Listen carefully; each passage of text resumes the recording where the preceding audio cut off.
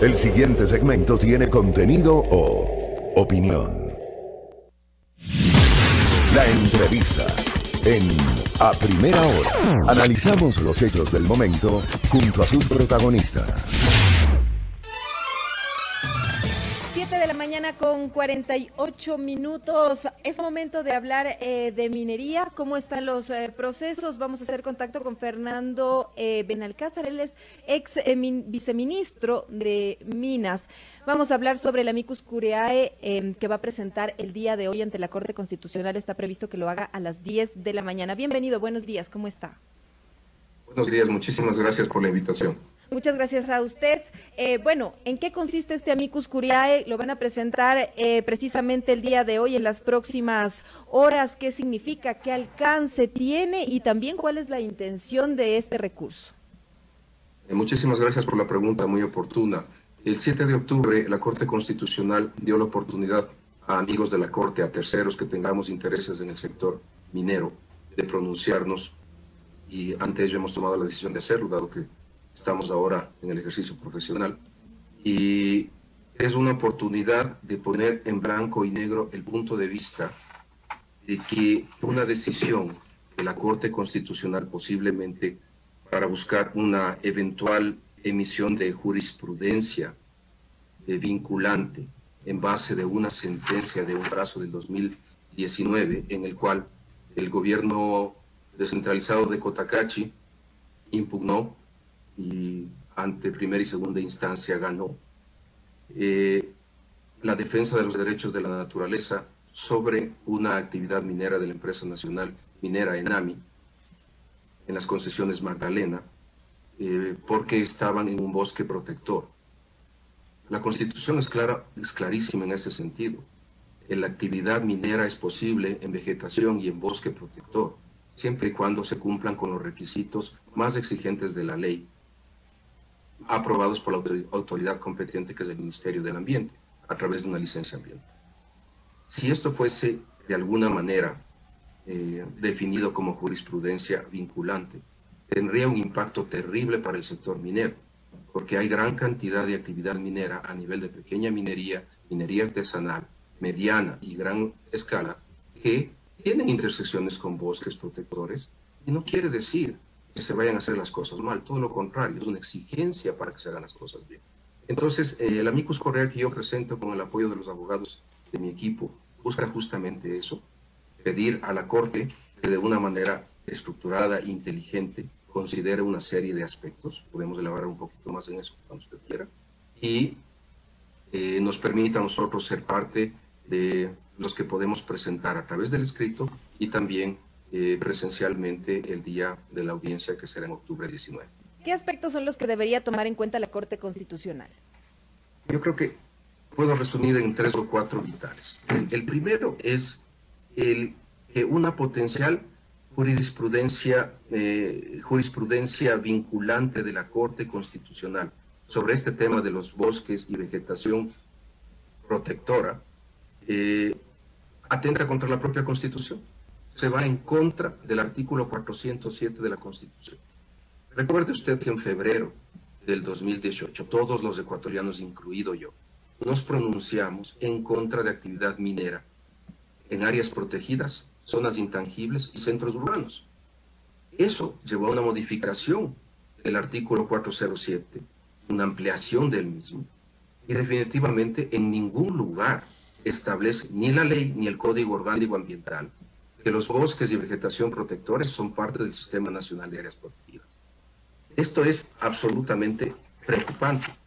El segundo aspecto clave también aquí es que al no estar ellos inmersos dentro de la Constitución, querer analizar y meterlos a los bosques y áreas protegidas por la puerta izquierda dentro del Sistema Nacional de Áreas Protegidas es un error craso. El hecho de que las industrias reguladas, aquellas que están bajo concesiones mineras, tengan que aplicar los mejores estándares en lo ambiental, en lo social, permite perfectamente que cumplan con los requisitos de la autoridad competente, que es el Ministerio del Ambiente. Y eso, de ninguna manera, hará que estas empresas dejen de operar y trabajar con esos estándares, y en caso de que esto se dé, se abre para mí una cuarta preocupación muy grave, que es, yo digo no a la minería legal, responsable, regulada, y en los lugares en donde ya se identificaron vetas o se identificaron yacimientos o depósitos de primera, la minería ilegal entra de manera rasante. Y usted recuerde muy bien, creo que Buenos Aires es el mejor ejemplo, en la provincia de Imbabura, y esto coincide que es en provincia de Imbabura, simplemente en el siguiente valle, en donde su presencia sería absolutamente depredadora. Y para terminar su pregunta, es el tema de seguridad jurídica. La Constitución de la República del Ecuador claramente también ofrece en varios artículos la seguridad jurídica que requieren los inversionistas y esa confianza legítima que les da el marco Ecuador. No puede ser de manera retroactiva un daño que les hacen a ellos, porque tarde o temprano el inversionista que se siente ofendido y que se siente afectado en sus intereses después de poner tantos millones de dólares en un país, va a enjuiciarle al Ecuador. Y ahí vienen los famosos juicios de repetición. Y eso pensemos bien. Los funcionarios públicos, de acuerdo a la Constitución, que no cumplen con sus obligaciones y derechos, también son sujetos de reclamos posteriores de carácter pecuniario, legal y penal. Ahora, quisiera preguntarle, ¿realmente se puede tener una minería responsable? Grupos ambientalistas sostienen que no se puede, que definitivamente hay una explotación que afecta incluso a los recursos, por ejemplo, de las fuentes de agua. ¿Es realmente coherente? ¿Se puede mantener un equilibrio con esta práctica? Creo que se puede mantener porque realmente las empresas tienen diseños de ingeniería desde la concepción misma del proyecto, donde el tema del agua es uno de los factores más importantes y el tema ambiental del entorno igualmente. En el caso de la minería, seamos absolutamente claros, todas las empresas manejan todo el concepto de que la minería es vital para que su impacto en el entorno sea nulo. Caso contrario, enfrentamos situaciones en las que el propio proyecto puede acabarse y morir antes de arrancar. Entonces, en el Ecuador ya hay ejemplos de eso. 95% del agua es reciclada en el proyecto Mirador y Fruta del Norte. Entonces, la cantidad que se usa una sola vez para abastecimiento, se la recircula. Ahora, si nosotros vemos las malas prácticas, aquellas imágenes de la minería ilegal o aquellas imágenes de una minería que no cumple con los requisitos de la ley, porque seamos realistas, como ex autoridad le puedo decir que uno de los problemas más grandes que tenemos es la limitación, que tiene el Estado, es la limitación de recursos en las agencias de regulación y control. Recursos tanto humanos, calidad de profesionales, recursos de desplazamiento económicos. Entonces no hay controles al nivel que deberíamos tener. Hemos crecido en la minería, no acompaña el crecimiento, la limitación de recursos por las circunstancias del Estado. Pero cuando no hay controles, esa es la imagen que usted ve en la televisión, esa es la imagen que usted ve cuando se rompe un depósito de relaves que no fue hecho bajo ningún parámetro de ingeniería. Entonces, creo que es una situación delicada cuando está en una transición este sector, desde lo que era una forma no convencional a lo que es actual, la mejor ingeniería, la mejor práctica. Ahora, desde su posición de ex autoridad, quisiera preguntarle también, en el país, aquí en el Ecuador, ¿existe seguridad jurídica para las inversiones en este sector? Yo creo que hay antecedentes preocupantes. Hace pocos años el Ecuador perdió un arbitraje internacional en el tema de minería y se vio obligado a pagar decenas de millones. Hoy día el Ecuador, en enero del 2020, ya enfrentó el primer caso en esta administración.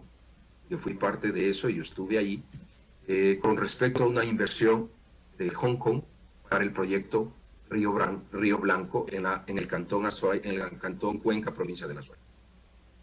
La Procuraduría General del Estado enfrenta esa situación, es una demanda amigable al momento por 480 millones de dólares. 480 millones de dólares, es un número que no me puedo ni imaginar. Pero eso se vendrá uno atrás de otro si nosotros con estas consultas, con este tipo de acciones en la Corte Constitucional, damos paso a parar una actividad de inversión que viene no de hace un año, viene de hace 10, 12, 15 años. Porque recuerde usted, en la minería nunca hablamos de cortos tiempos, hablamos de plazos muy largos. 25 años para hacer mina Mirador, 30 años para hacer mina Fruta del Norte, las dos primeras minas de gran escala del país. Entonces, esa gente, esas empresas, sienten que esa seguridad jurídica está comprometida. De hecho, los gremios solidariamente han manifestado, hasta el señor presidente de la República, mediante un oficio hace pocos días, su preocupación en el aspecto de seguridad jurídica. Ahora quisiera también preguntarle, el proponente de la consulta popular en Azuay para limitar las actividades mineras, que ya dio paso la Corte Constitucional, es el precandidato a la presidencia de la República, Yacu Pérez. ¿Cuál es el riesgo de que estas posiciones lleguen al poder, de que estas posiciones extremas también que tienen estas autoridades pues lleguen al poder, y que también se politice esta situación y que no se le vea desde el lado técnico, sino más bien político, en el marco también de una elección presidencial? Yo creo que usted ha sido muy clara. Lo han politizado. Han dejado de lado el lado técnico, económico, y utilizaron como bandera política que las ha llevado a donde están. Con el respeto que se merecen los candidatos, definitivamente no podemos cerrar los ojos ante una realidad. El crecimiento económico y el desarrollo del Ecuador va a depender del sector minero. El sector minero se constituirá en uno de los pilares de la economía del país. A agosto de este año, no lo digo yo, verifiquen ustedes también, el Banco Central acaba de categorizar en cuarto lugar las exportaciones mineras. Cuarto lugar. Y nosotros vemos el crecimiento a raíz del esfuerzo conjunto que se hizo con la minería a gran escala y la pequeña minería, de que las exportaciones han superado ya al 30 de septiembre los 650 millones de dólares. Lo cual es un número abismalmente superior al 2018, más del doble, y al 2019 casi duplicándolo. Y todavía falta todo un trimestre de exportaciones. Entonces, querer cerrar los ojos y decir no a la minería, y vamos a hacer todas las consultas del caso, me parece a mí un error. E invito a los asesores que profesionales de la industria minera podamos educarlos, podamos explicarlos, podemos darlos hechos, información, para que las decisiones sean racionales. El Ecuador no puede pensar que de la noche a la mañana, desde un esquema en el cual el petróleo ha sido la base de las exportaciones de este país y un pilar de la economía, la minería está encaminándose a ser el sustituto hacia los próximos años y décadas. Y decir no al sector extractivo y vamos a cuidar el tema ambiental exclusivamente, creo que no hay economía en un país post-pandemia como el Ecuador que pueda sustentarse en el desarrollo de ecoturismo, ecoagricultura, etc. Es muy difícil, absolutamente difícil. En este marco, y con lo que usted nos está comentando, ¿cuál cree que debería ser el accionar del próximo gobierno con relación a la actividad minera en temas de impuestos, por ejemplo, y bueno, y en todo este marco, considerando también pues la fuente de ingresos que representa este sector para el país y la economía? Yo le invito a cualquier candidato y al futuro presidente del Ecuador. Hemos trabajado arduamente por casi 2 años en desarrollar el Plan Nacional de Desarrollo del Sector Minero 2030. Es un documento que tiene la retroalimentación de todos los sectores, alineado con la política pública minera del Ecuador que el gobierno la emitió.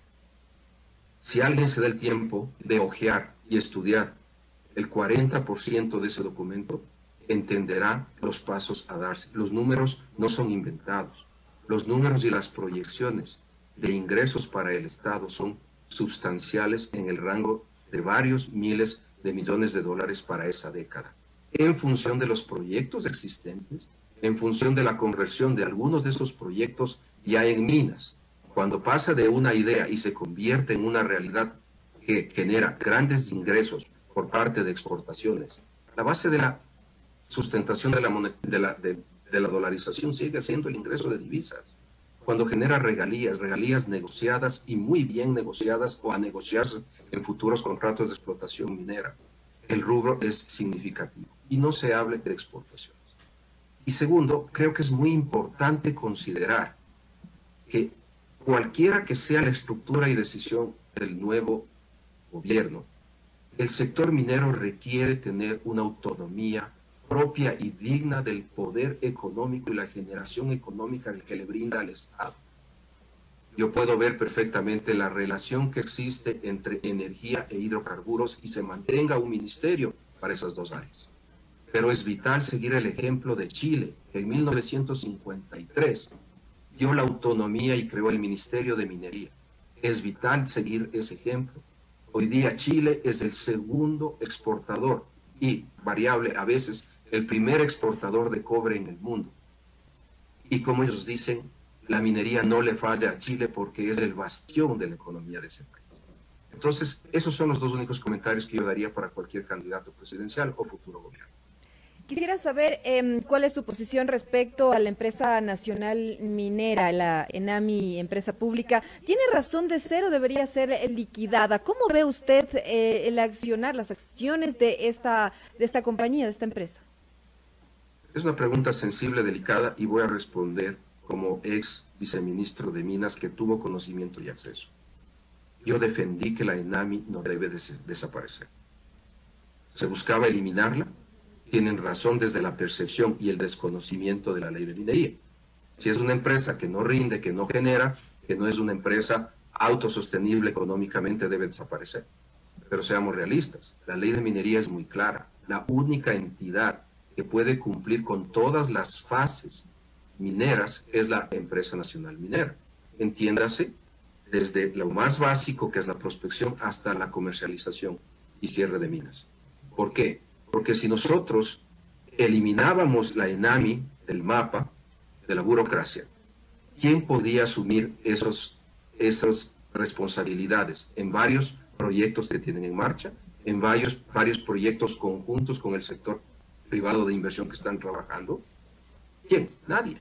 No podía el viceministerio asumir como alguien propuso. El viceministerio, por sus competencias, jamás podría asumir un rol operativo. Entonces, la empresa nacional minera debería, a semejanza de otras empresas públicas, no quiero dar nombres porque no creo que haya grandes ejemplos, tomar la oportunidad de desarrollar el sector minero, porque no nos olvidemos que por la propia ley y la Constitución es privilegiada en decidir las áreas de interés para desarrollo minero. Y al contar con un gerente, que al momento la empresa está en una transición, están en el proceso de selección. Yo dejé ese proceso encaminado, ese proceso no se ha terminado. Deben buscar un gerente que sea eso, gerente. Alguien que vea y diga, la ENAMI es una oportunidad para yo trascender y hacer algo sustancialmente diferente a lo que ha sido hasta ahora. Solo en los 2 años de administración, señorita periodista, yo he visto 7 gerentes de ENAMI. 7 gerentes mientras había un solo viceministro. ¿Alguien me puede explicar? Es un tema político. Y hacer político, lamentablemente, no es eficiente. Y en este contexto, entonces, ¿debería mantenerse o desaparecer? Bien, por la ley es necesario, es el único mecanismo que el gobierno cuenta para poder manejar en el sector minero los intereses del Estado desde el punto de vista operativo. Ahora, ya para cerrar esta entrevista, quisiera preguntarle con este tema, por ejemplo, de que la Corte Constitucional haya dado paso a la consulta que limita la actividad minera en Cuenca. ¿Existe la posibilidad o se cree que iniciativas como esta se puedan replicar en otras localidades y cuál sería el riesgo ahí para el sector? Usted lo ha dicho, excelente su comentario, esa es la realidad. Es la mayor preocupación que es el sector minero, tanto privado como el Estado, deberían ver. Si un GAD ahora tiene éxito, pasado mañana y al día siguiente otro GAD puede plantear lo mismo. Pero para mí el problema es de fondo. La Corte Constitucional se ha limitado a calificar las preguntas de dichas consultas. Y después de varios intentos de la persona candidato que usted hizo referencia, depuraron, hicieron un excelente documento y calificaron 5 preguntas. 5 preguntas que atentan contra la actividad minera mediana y gran escala.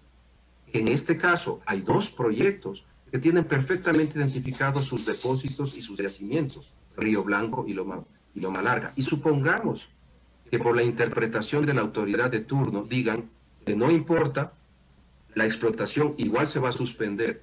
Le garantizo, señorita periodista, que serán cuestión de semanas para que la minería ilegal, con todo el poder, la logística y la infamia que trae, se tome esos dos depósitos.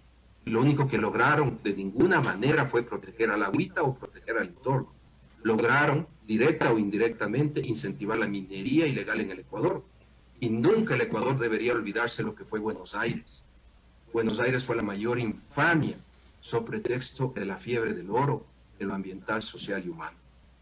Le voy a trasladar la última pregunta que nos llega desde las redes sociales. Nos dice uno de los seguidores, otro tema es que los recursos de la minería no llegan al pueblo o llegan en gotas, ¿no es este el camino del desarrollo? ¿Qué hacemos con esta situación cuando la gente que está en las zonas no ve desarrollo, no ve que el recurso llegue? Usted como autoridad, ¿cómo se manejan esos recursos? ¿Por qué no se sienten en las diferentes localidades? Yo le doy toda la razón al señor. Ese sentimiento que él tiene, tienen millones de ecuatorianos. ¿Por qué? Porque no se ve de manera transparente cómo es que el 60% de las regalías mineras, 60%, que es un montón de dinero, lleguen al destinar al usuario, al beneficiario final. Se diluyen en la burocracia, que el Ministerio de Economía y Finanzas, que la Secretaría Técnica de la Amazonía en las 6 provincias es la que administra y regula eso. No nos olvidemos que las 2 minas grandes están en una provincia amazónica, por ende la Secretaría Técnica Amazónica va a recibir ingentes cantidades de dinero. No nos olvidemos también de las regalías, de las utilidades de los trabajadores, también se depositan en estos lugares. Entonces, de ahí era importantísimo lo que hicimos, cuando en el país apenas 2 minas arrancaban, lanzamos la iniciativa de unirnos al EITI, la iniciativa de transparencia de las actividades extractivas. No quiero adelantarme con las noticias, pero ya es público. El actual viceministro hará los anuncios del caso, no quiero meterme en su área, pero el Ecuador ha sido aceptado. Y ese mecanismo le permite a ese caballero, a 10 millones de 10.000 ecuatorianos más, saber cómo se generó el dinero y dónde está ese dinero y en qué lugar se va diluyendo o se va mal utilizando, cosa que no podría darse porque la transparencia lo obliga a eso, o cómo llegó al beneficiario final para que no haya este reclamo. Les doy toda la razón. Si usted está caminando por Zamora Chinchipe y no habría el progreso que usted está viendo ahora ya en la ciudad, o en los encuentros, o en el Pangui, donde 10 años atrás eran pueblos, hoy día son ciudades, la gente tiene el derecho a reclamar. La transparencia es el único camino. Muchas gracias, señor Fernando Benalcázar, exministro de Minas, por este diálogo, por esta entrevista con nosotros.